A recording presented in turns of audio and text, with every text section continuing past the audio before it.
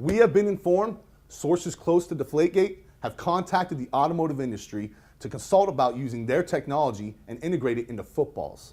Bartech USA, the leader in tire pressure monitor technology, also known as TPMS, has verified that tire technology can be used. Bartech goes on to say that similar TPMS sensors can be modified to fit footballs.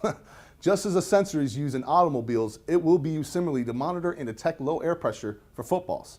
The radio frequency would then transmit and illuminate the TPMS light.